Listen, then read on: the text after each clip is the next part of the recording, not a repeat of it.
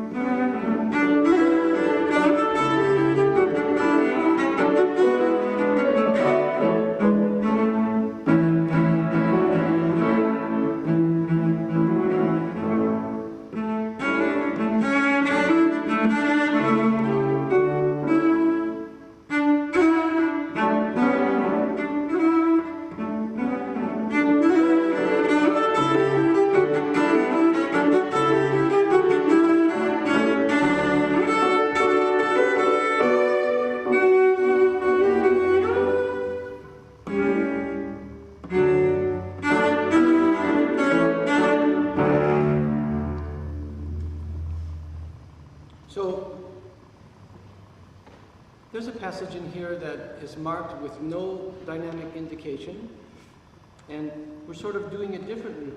So I wanted to have a little strategy meeting about this conversation, about this passage, and then share with you if there's some justification to my idea. If we could play this one, less than this one, and then also moving on to, so I'll show you the passage in question, because what Yi did was extremely musical, and what I did was musical too. It's just they were different ideas. There's a passage in the minuet that goes like this.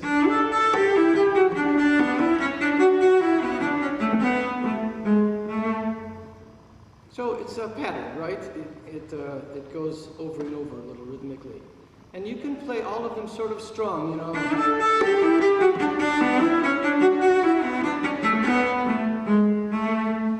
And it's such a nice tune, it kind of works that way. But that's almost boring. So my idea was to alternate them, to play a strong one and a weaker one.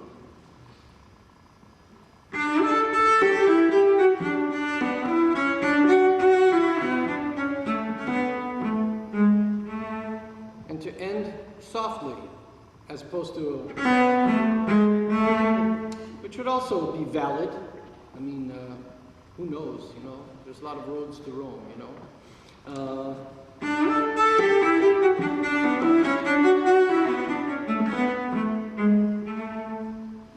Want to try it? Just this passage with the pickup?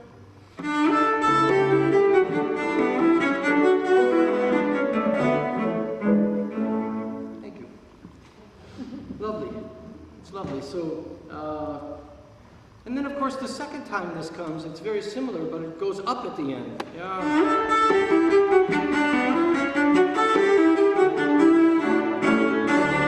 So it's much more outward, it seems to me, and leading to something bigger and more brilliant. So that also makes a nice contrast with, you want to do the second one, the last one?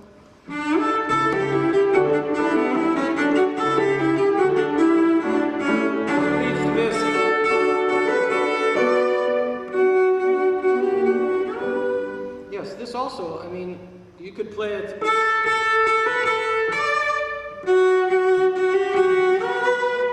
You could play it that way, and the harmony is beautiful, but does he mark the second one softly? No. So that's just my idea, because I fear being boring. So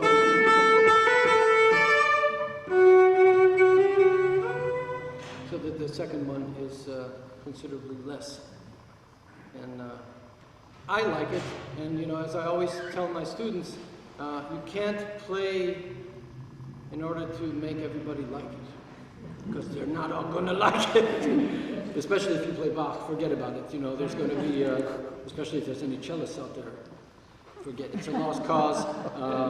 If you're lucky, they may say it's all right, and maybe somebody will like it. But what I always advise people is find a way to play it that you really like it. And then somebody will like it, probably. And, I mean, you can't, like, engineer your playing so that everybody likes it, because everybody's got different tastes. And besides, that's all, like, directed out. It's all about